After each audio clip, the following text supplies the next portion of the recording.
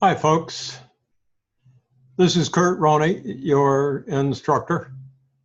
Um, in this little video, I'm going to review the Verizon mini case and simply go over each of the three questions that you were asked to answer in that mini case and provide you with a summary of what might be considered to be the correct answers to each of the three questions that you were asked to answer in this case.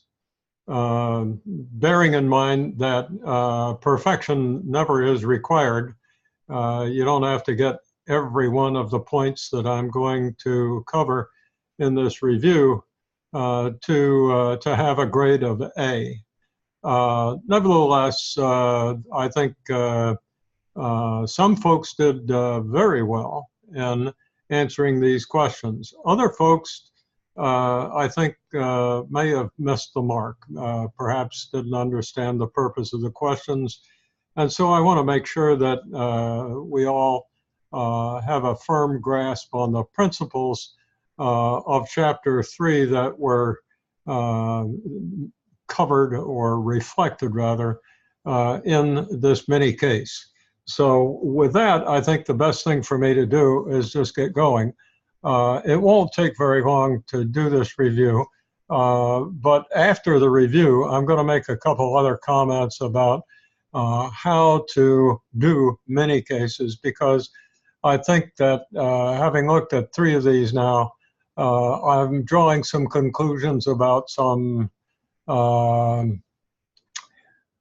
omissions or some flaws that some people are making. I hope that that review will help you. So let me share the screen now, and I'll go over a very few PowerPoints that'll summarize the answers to the questions for this case. So let's just pick this one, see if I can get it anyway. There we go. And here we are. All right, so the first question just asked you to summarize Verizon's strong resources that were reflected in this little article at the end of the chapter about Verizon. Incidentally, one of the last question suggested that you take a look at the opening case in Chapter 2, which summarized the telecom industry, whereas this case just focused in on one of the major competitors, Verizon. What are Verizon's resources? Now, some of you talked about Verizon's excellent service and other characteristics of Verizon's performance, even quoting the J.D. Powers surveys about Verizon. Frankly, when you did that, you did not talk about Verizon's resources.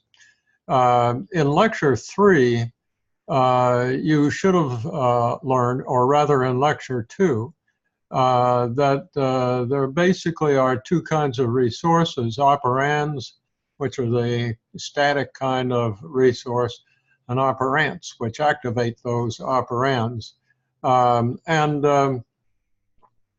The specific characteristic of resources is that they are internal to the firm, at least for purposes of this discussion.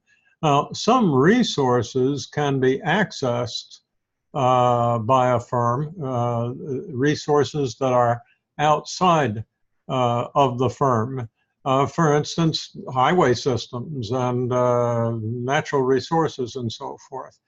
But then the resource that is more interesting is the resources of the firm that enable it to access and exploit those external resources. So the resources that are discussed in this case and that we're most interested in are what are called firm specific. They are especially located in the firm, and they're internal, and they're either tangible or intangible assets, but they are not activities. They're not performance or behavior. And a lot of you included descriptions of those kinds of things rather than the assets that the question was asking for. What are those assets? First of all, we're told in the case that that Verizon's system is the largest wireless phone network in the United States. I included the United States in this PowerPoint comment because the United States is by far not the largest user of cellular telephones in the world. The use of cellular telephones is much larger in China, for instance, much more frequent use of cell phones in China than the US.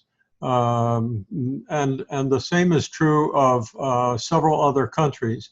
The US is certainly not the most, doesn't have the largest cellular systems in the world.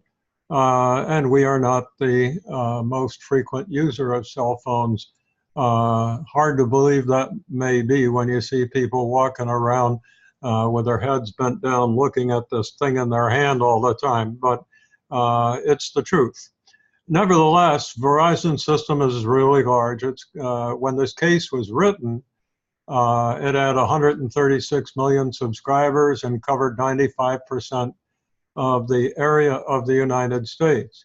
One person went to the trouble of going to Verizon's annual report and found out that today that coverage rate is now up to 98%.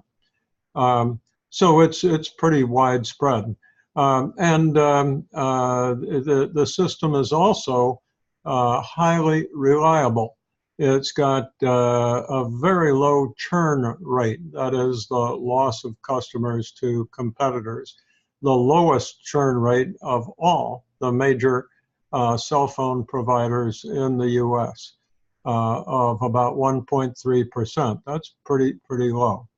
Another category of resources and assets that Verizon has is very advanced technology, both 3G and 4G systems with 5G in the wings. As you may know, 5G is being brought out on a very limited basis in some metropolitan markets this year. It won't be till next year probably that things really get going in 5G. But some of Verizon's rivals are trying to beat it to the punch by bringing out 5G faster and more extensively than Verizon. The case made quite a bit about Verizon's fiber optic transmission system and pointed out that since 2000, Verizon had spent $100 billion putting this advanced technology into the Verizon network. And that becomes important when we get to the VRIO question. Another item, of course, was Verizon's adding Apple iPhones to the cell phones that it sells.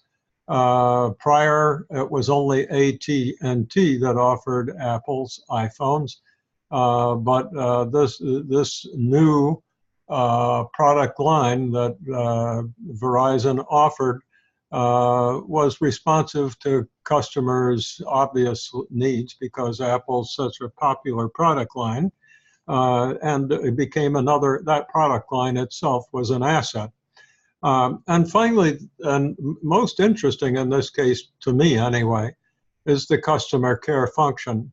And it includes the people who do the customer care functions and provide those services, as well as some very sophisticated and specialized software that roams through Verizon's customer data to identify customers that could benefit from other plans. And so in addition to being a strong, unique, inimitable resource, the customer care function is a great sales device because it uses the artificial intelligence characteristics of this sophisticated software to identify the sales leads, people they can sell more services to. Verizon's got quite a collection of strong resources. To be very honest with you, I didn't see a lot of people who responded to this question just sort of laying these things out. I saw a lot of language about all the great things that Verizon does and what a great company it is and so forth, but not a lot of just specific laying out the answer. Sort of like these bullet points, only expressed in writing. But bear in mind that when you're in business and you have a question about a specific topic, adding a lot of extraneous material is not going to get you more credit from the customer or your boss or management of your company. As a matter of fact, you're probably going to irritate people by making it more difficult for them to figure out what your answer is. So the more specific and responsive to the topic you can be, the better. We'll move on. So the second question asked you to talk about the building blocks of competitive advantage, and these are discussed, of course, at great length. The building blocks of competitive advantage is a concept, a model that the authors of this textbook have made up themselves, and it's one of the reasons, not the only one by far, but one of the reasons why I chose this textbook, because these guys have really added some stuff that you don't get in other textbooks, and this is one of them. The building blocks of competitive advantage don't occur just in this chapter; they occur elsewhere in the text. So, these folks suggest that if you can develop 4 characteristics of your business model, then you'll be able to gain competitive advantage. And of course, those 4 building blocks are efficiency, quality, innovation, and customer responsiveness. And so here we see the first 2, efficiency. And of course, you've got to sort of crawl through the chapter and sometimes make assumptions and draw conclusions. It's not the sort of, was not the sort of case, unlike others, where you can just look through the pages, in this case, 1.5 pages. These many cases are very small. But you just can't copy things down. And in the prior cases, that's what some of you have done. You've just copied things down that you saw. In this case, you sort of had to think about, where do I find efficiency here? Where do we find quality, innovation, and customer responsiveness? Insofar as efficiency is concerned, this advanced technology certainly provides the opportunity for efficiency, the advanced technology, and quality in the system provides for low churn, which we've already talked about. So scale economy from this advanced technology and the widespread system and the low churn result in low service costs. Scale economy by definition brings you low unit costs, proportionate costs. But low churn in particular means that the company doesn't have to correct mistakes, provide services to customers to solve their particular problems with the service, nor does it mean that they have to go get new customers to replace the ones that they lose. They still have to incur cost. I think in the text it says $600 per new customer to get new customers, but it doesn't have to replace customers that are lost. So low churn lowers costs and it low service costs, and it lowers the cost of acquiring new customers. So that low churn is pretty important. And the customer care function, oh boy, isn't that important. The customer care function, as you will recall, is made up of three items, which were covered in the last slide. The people who provide the customer care service, and they're very important. They're trained to take the results from this artificial intelligence, very sophisticated software, and convert that information into sales leads and ultimately new sales. And new sales because a new plan, something better, is offered to the customer than what the customer receives from Verizon before this lead is developed. So the customer care function includes the people and their abilities to take advantage of this automated artificial intelligence system. And then, of course, to take advantage of, and the system takes advantage of the data, the Verizon database, which is a terribly efficient capability. Imagine if people had to do this manually. So the customer care function is really efficient and saves Verizon massive amounts of money. Quality. Here we can take advantage of those two J.D. Power surveys that are discussed at the very end of the article. They refer to the performance of the system and how, and as well as services to customers. So the reliability of J.D. Powers and its low rate of lost signals, and it's the low part of the map where service isn't provided. These are characteristics of the quality of Verizon's network.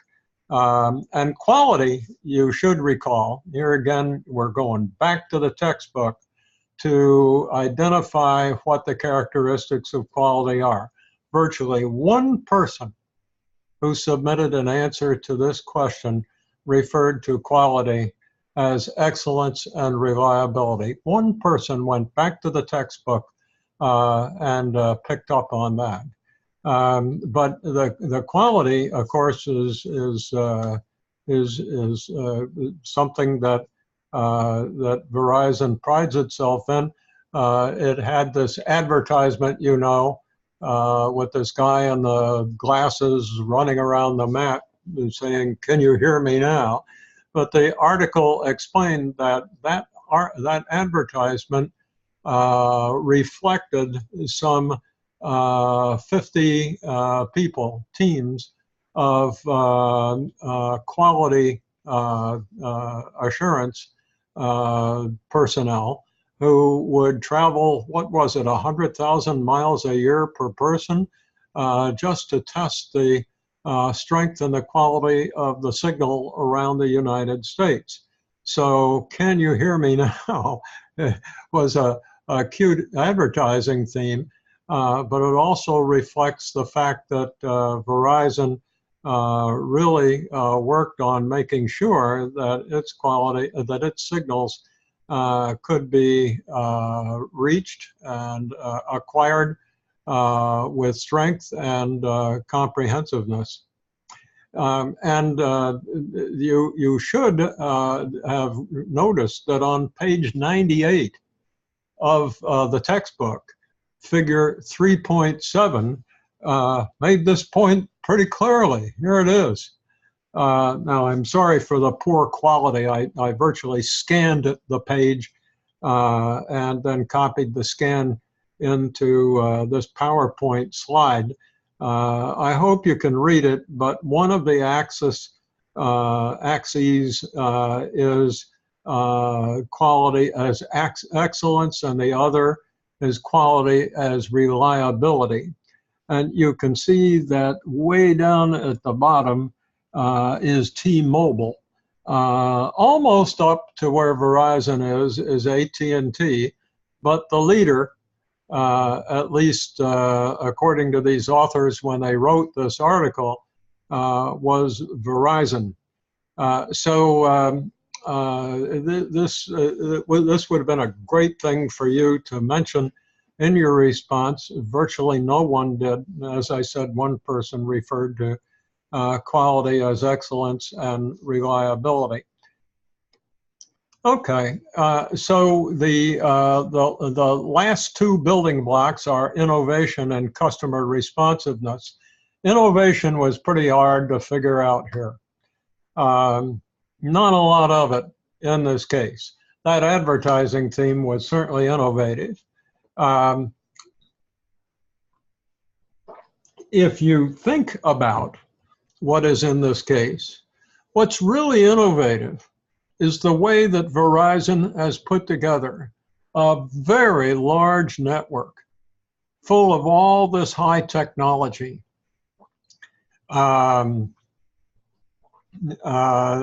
Optical cable, 3G, 4G, this sophisticated software, just a whole lot of highly sophisticated technology.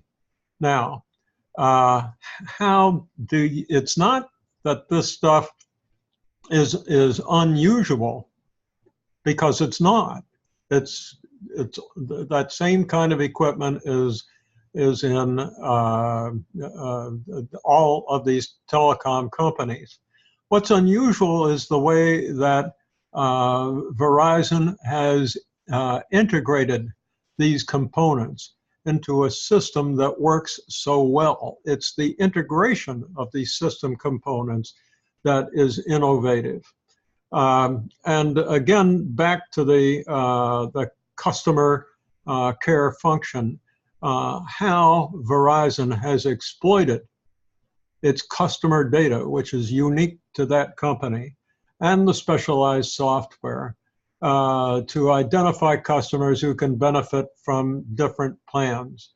That together, that function as something that is unique to Verizon and innovative just because of the way the components have been integrated, is extremely valuable to Verizon because it increases revenues, as I've already mentioned, and it decreases the cost of generating sales.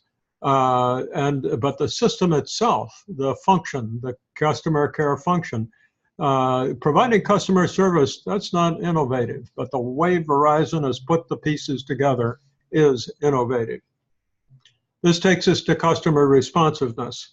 And again, the customer care function is probably the poster child of customer responsiveness in this industry. Certainly, the J.D. Powers survey that found out that whether you look at service from the standpoint of the service to the customer or the system, however you looked at it, I guess J.D. Powers looked at it from a couple of different perspectives. It placed Verizon at the top of the list for customer service. The reliability of the system, that is the low rates of lost calls and dead zones, is responsive to the customer's requirements. So although you have to sort of stretch that point a bit, because system reliability is something that is very hard to characterize specifically. I think we can say that the reliability of Verizon's system and its network, because it scores so high on these surveys, it gives it a very strong rating for customer responsiveness. It's giving the customer what they want without a whole lot of mishaps. And finally, offering the Apple iPhone is responsive to customers. There are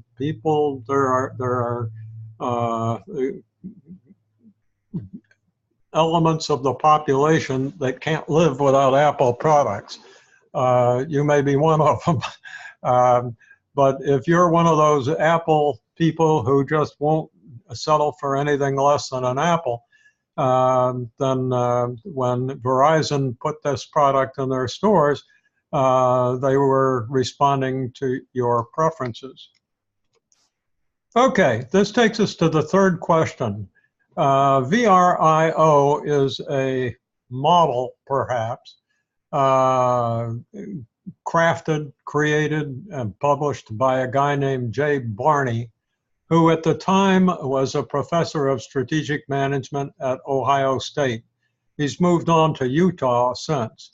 But Barney is well known for his work, some of it pioneering work, and about resources and the resource-based view of competitive advantage. And in a very famous article, Barney said, look, how do you know that your resources, bear in mind now, we're talking about resources that are specific to the firm inside the company, not outside. And so if you talked about what Verizon does or how people like it or what have you, and you didn't talk about the resource per se, then how these four characteristics of resources in a firm add value or competitive advantage, then you were off base. But in any event, Barney wrote an article that said, if you want to assess the extent to which the resources in your firm add value and competitive advantage, then ask yourself these questions. Are they valuable rather than trivial? Are they rare, difficult for for rivals to obtain the same kind of assets? Are they inimitable, that is difficult to duplicate? In some papers and some discussions, there's another characteristic that is mentioned, unsubstitutable. Is it possible for other assets to provide the same benefit that your assets provide? That characteristic is not in the VRIO model, but just for your information, Other elements of the literature add this substitution question. And then finally, does the organization, does the company have its act together to the point that it can exploit, can employ and deploy these valuable, rare, and inimitable assets productively or effectively? But we're talking about the means of assessing a company's assets, and particularly its resources, which can be made up of either tangible or intangible assets. Okay, so valuable. Are they valuable? What makes Verizon's resources valuable? And the answer could be that because they provide scale economy and low churn, they enable the company to enjoy low cost. So scale economy, of course, is what comes from the network being so large and so pervasive. The fixed costs of the system don't go up commensurately with the size of the system. And so the larger the amount of traffic the system handles, the lower cost per transaction. And and that's what we refer to as scale economy. So scale economy gets you lower unit costs or lower proportionate costs. And low churn, as we've already pointed out, gets you low cost as well. And when you've got that much reduction of cost, that leads to higher profit. Now, the other thing, of course, that we can look at is simply the scope of the system and its quality, which we've already talked about. And instead of lowering cost, those items together produce high market share. So Verizon, when this case was written, had a 38% market share, and the highest of all the competitors. So that high market share produces higher revenue, and it also, because the system is so desirable, since it's superior to others, it gives companies like Verizon the opportunity to succumb to intense price competition, although that certainly is what's happening in this industry. Verizon is less vulnerable to intense price competition than rivals whose systems are not as excellent as Verizon's. This takes us to rarity. Are the resources of Verizon rare? And frankly, all of these physical components are not rare. Many of you said that because it's so big and the biggest, that made them rare. Not at all. Just because Verizon has more of them doesn't mean that they're rare. Fiber optical cable can be acquired by anybody. So can servers, and so can routers, and so forth. So the physical assets that Verizon has are certainly not rare. Its intellectual assets, its ability to do that customer care function, for instance, and to put them together into that asset of the customer care function that includes the people that do it, the specialized software, and the technology to integrate it with Verizon's customer data. That's rare, boy, and it's valuable too. So yeah, there's rarity here, but it's not in the physical assets. It's in the intellectual assets. Now, here again, you couldn't just go through the pages of the case and copy that down, could you? You had to think about the case in terms of this model. So this case was a little more challenging to some of you because those persons I'm thinking about are just trying to pick off words from the case and copy them down rather than think about how what's in this case reflects what you've read about in the chapter. That's the way all these mini cases are, more or less. They're intended to ask you to apply the principles in the chapter. Okay, inimitable.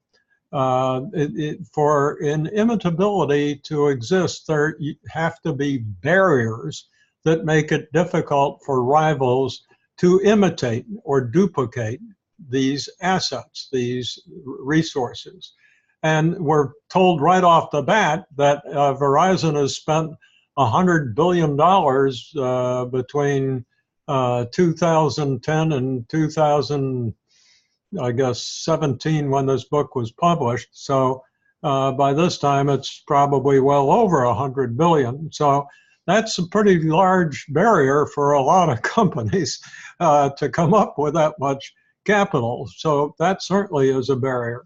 Regulation, cities, states, even the federal government have put limits on what telecom companies can do, what these utilities can do.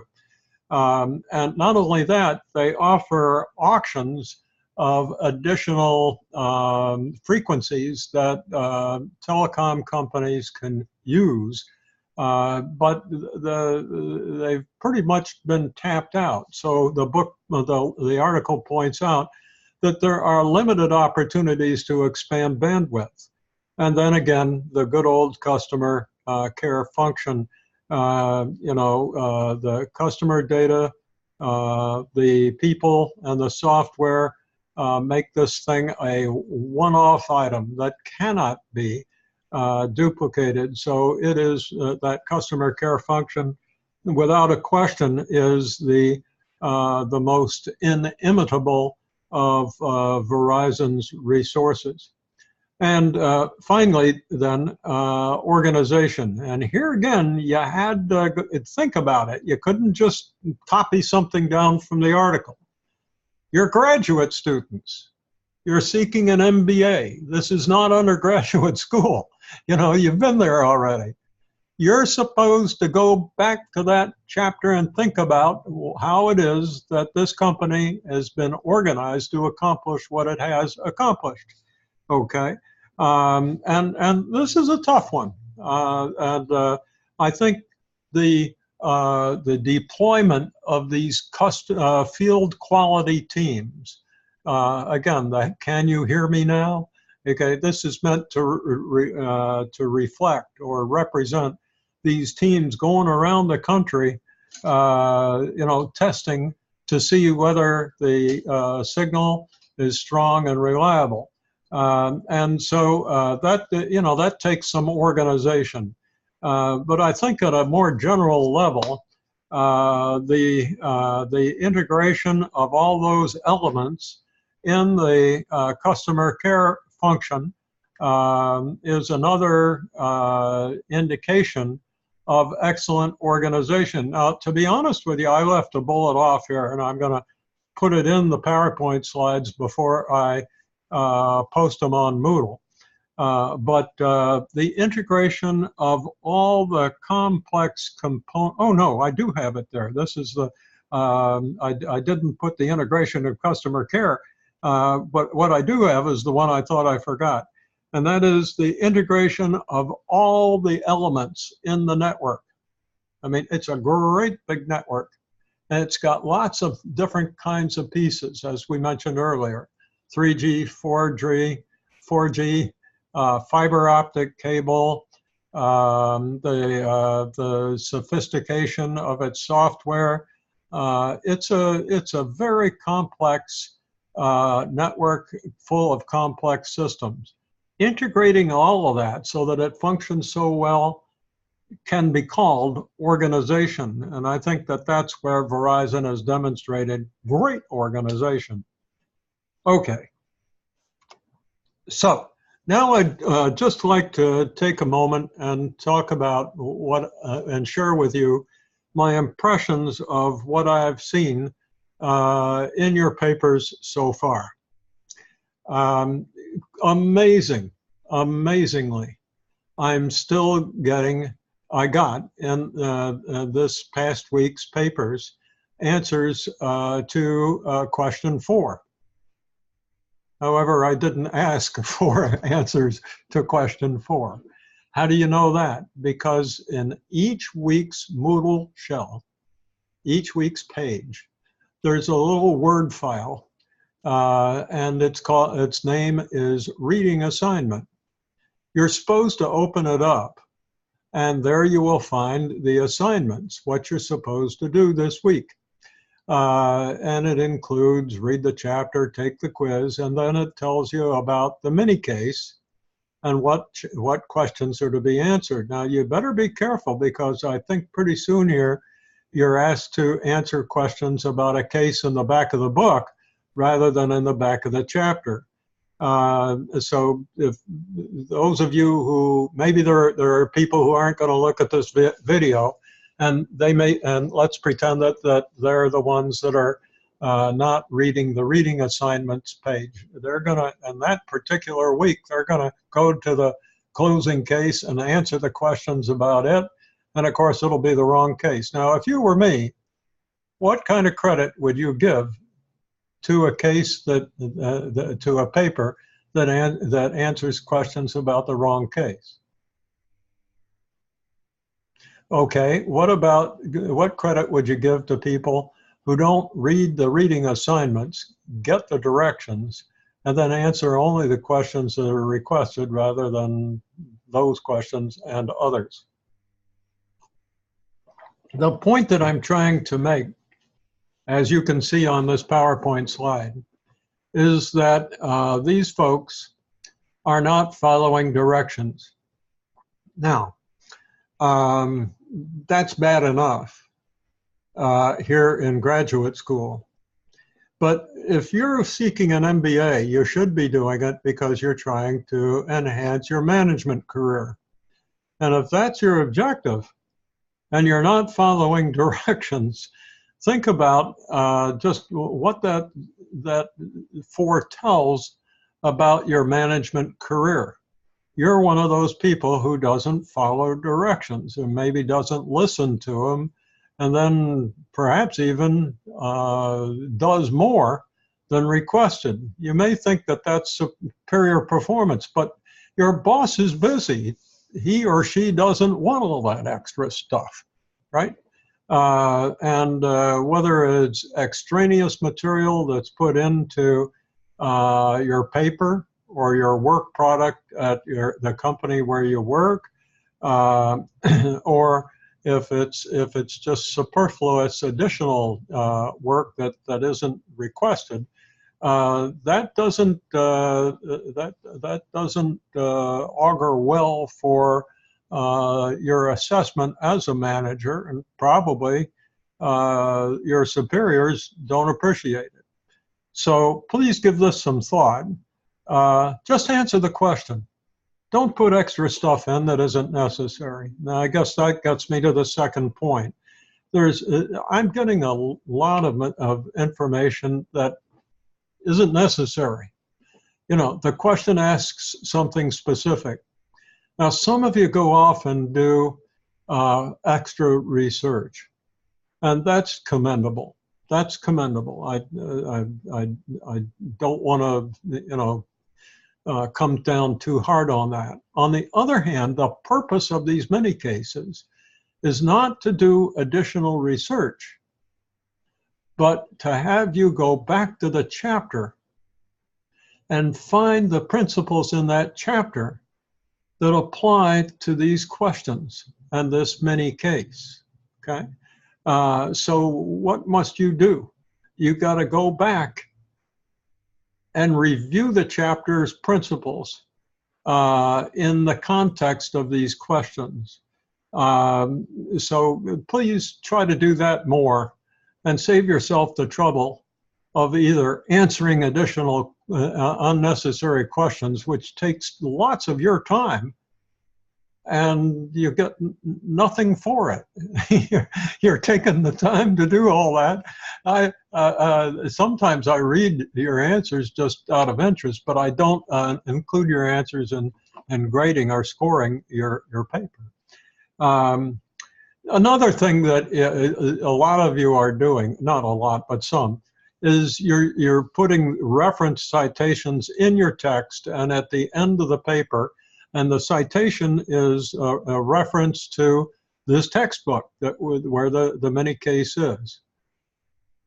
Ladies and gentlemen, I assume you're doing that because you've been hounded by other professors who insist that you use APA writing style or reference style.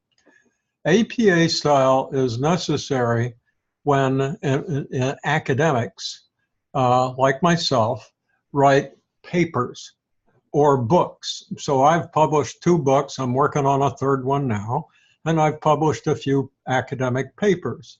And in those academic writings, I am obliged to use APA style. Now let me ask you a question. At work, when you write a memo to somebody else in your company or to a customer, do you use APA style? Of course you don't, okay?